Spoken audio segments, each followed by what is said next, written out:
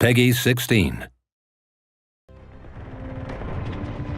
Juno Beach, one of the 5 landing zones during the Allied invasion of Normandy on the 6th of June 1944.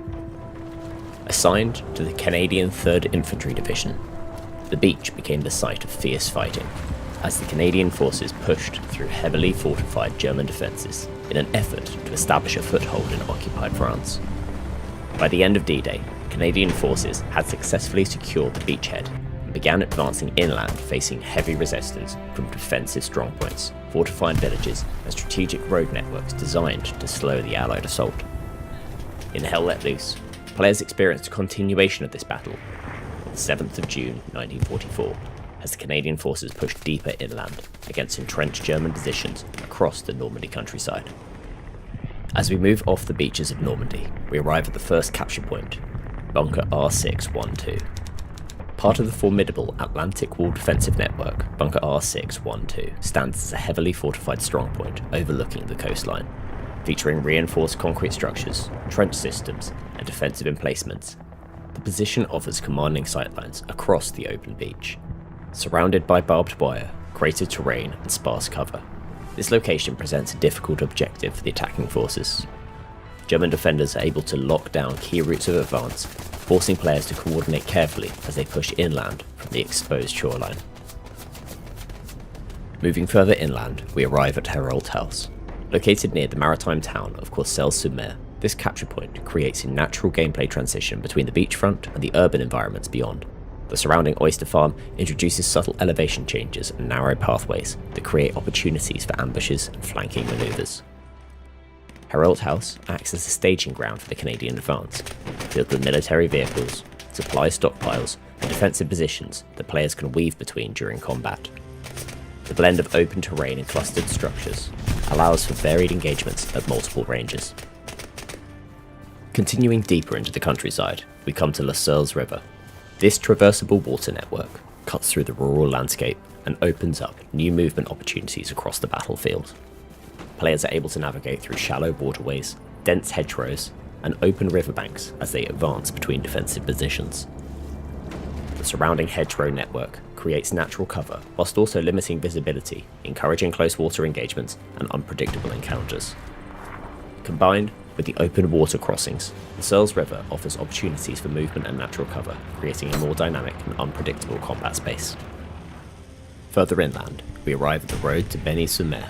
This area showcases the transition from built-up village spaces into open Normandy countryside, whilst offering great views of the Église Saint-Germain church at the distance.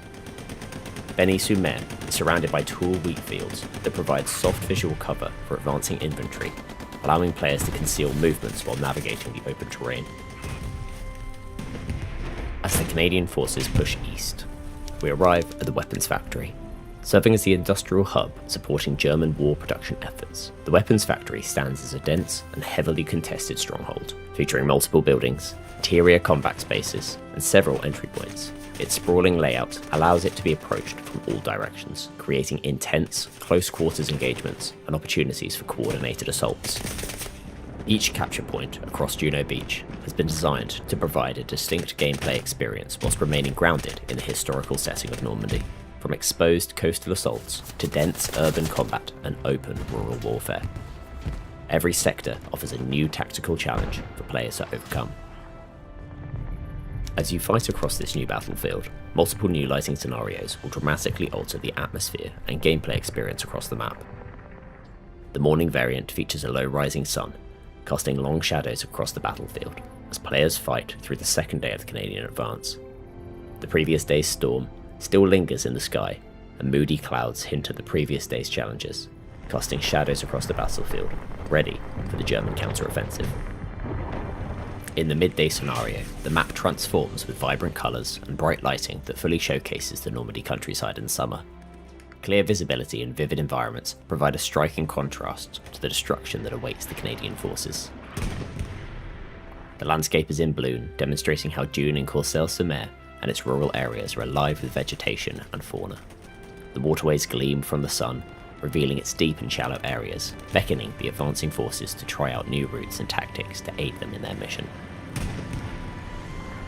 Finally, The night variant introduces a full moon lighting scenario, immersing players in a nighttime variant not seen in Hell Let Loose previously, with the full moon cutting the cover that darkness provides. Clouds have parted, revealing a star-speckled canopy that aids players in traversing the urban and rural areas of Courcelles-sur-Mer and the surrounding countryside.